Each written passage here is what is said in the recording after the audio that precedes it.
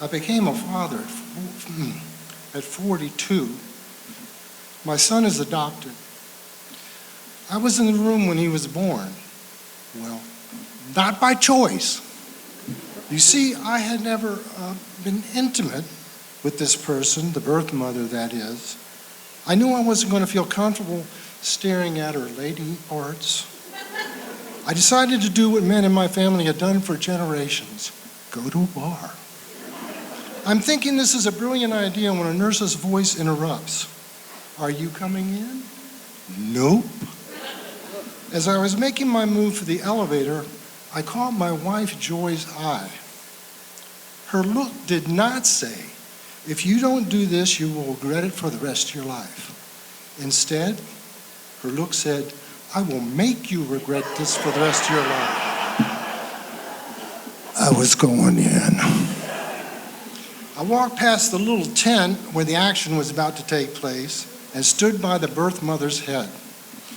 The birth mother was a cute girl of 22, easily young enough to be our own daughter, and we really liked her. We'd gotten to know her through her pregnancy when she was 4 months pregnant, and it had guided her through the pregnancy. She was a sweetheart. At one point, she said, the worst part of this is I know I'll never see you and Joy again. We felt the same way. So I had my spot by the birth mother's head in the safe zone, and I wasn't going to give it up. I'd heard stories that deliveries could take between 12 and 24 hours. I was prepared to stand there a week, if necessary. Surprisingly, it only took minutes. My son was born. I was a father. My first lesson in fatherhood came immediately. I'd never held a baby. I'm a guy, it just never came up. I'd seen babies being held on TV or watched someone across a room hold a baby. I thought babies didn't move. Turns out they squirm, wiggle, punch, and shove. It was like holding a human jumping bean. From then on, I lived in fear that he would leap out of my arms and nosedive to the floor, or worse, jump into the arms of a kidnapper. My own father was a great guy, smart and fun-loving. He was a Depression-era kid who dropped out of high school and joined the Navy immediately after Pearl Harbor. I thought he joined out of some overwhelming patriotic impulse, but one day he told me he enlisted because he only had one pair of pants. When his pants were being washed, he had to stay home. He basically joined the Navy to get more pants. I'm very proud of him because he got his GED in the Navy and eventually became an officer. The odds of an ordinary seaman becoming an officer are 10,000 to 1. Quite a guy. By the time I was 12, I had lived half my life overseas. We lived in Cuba, Newfoundland, and French Morocco. Our Navy household didn't have floors, they were decks. The walls were bulkheads. The bathroom was the head. The kitchen was called the mess. My father also believed in military discipline. Being an idiot kid and always in trouble, I did something terrible.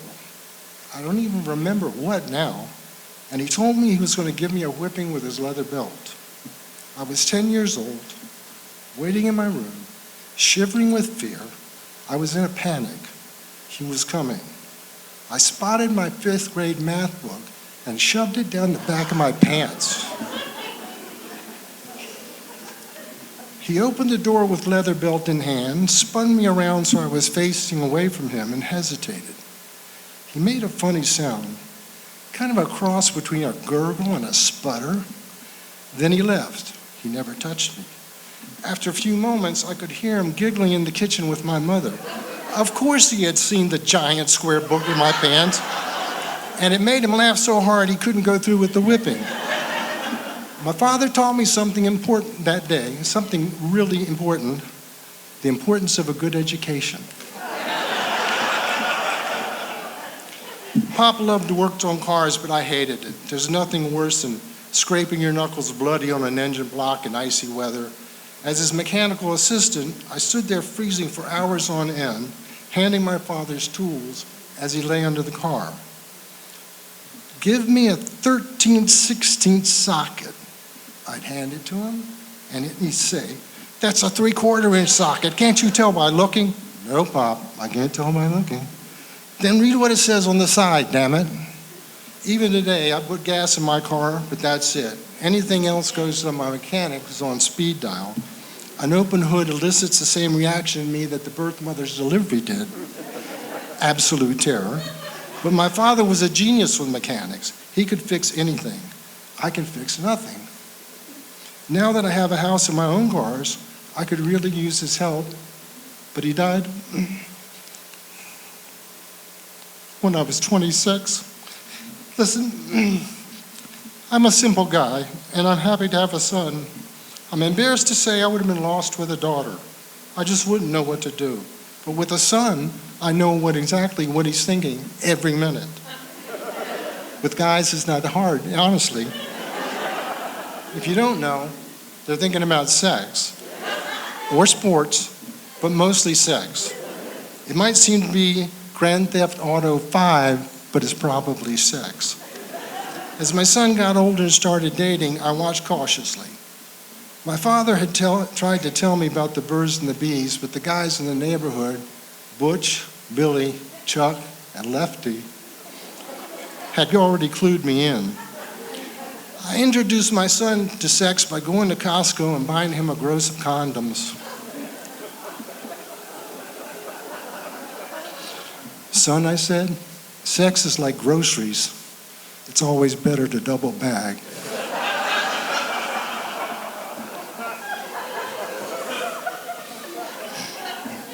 Adoption is funny. If your kid is natural born, he's going to be like you or a faint copy of you. You might see some trait in them like Grandpa John or Uncle Frank. With adoption, it's wide open.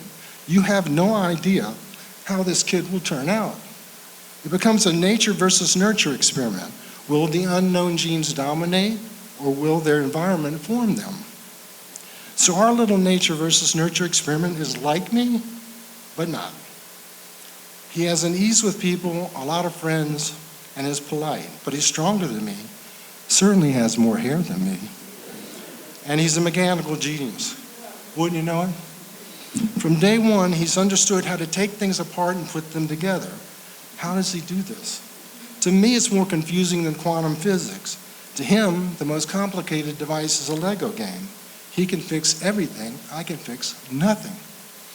Now when we're hanging curtains, he stands on a ladder and says, "Dad, hand me a Phillips head screwdriver." I hand him a screwdriver and he says, "Not a flathead, a Phillips head." As I reach in the toolbox and hand him the screwdriver, I realize somehow this mechanical aptitude has skipped a generation. Once again, I'm handing tools to the mechanic. But this time, I love every minute of it. He looks at me with concern and says, "Dad, are you okay?" I smile at him. "Yes, Jake. I was just thinking about somebody."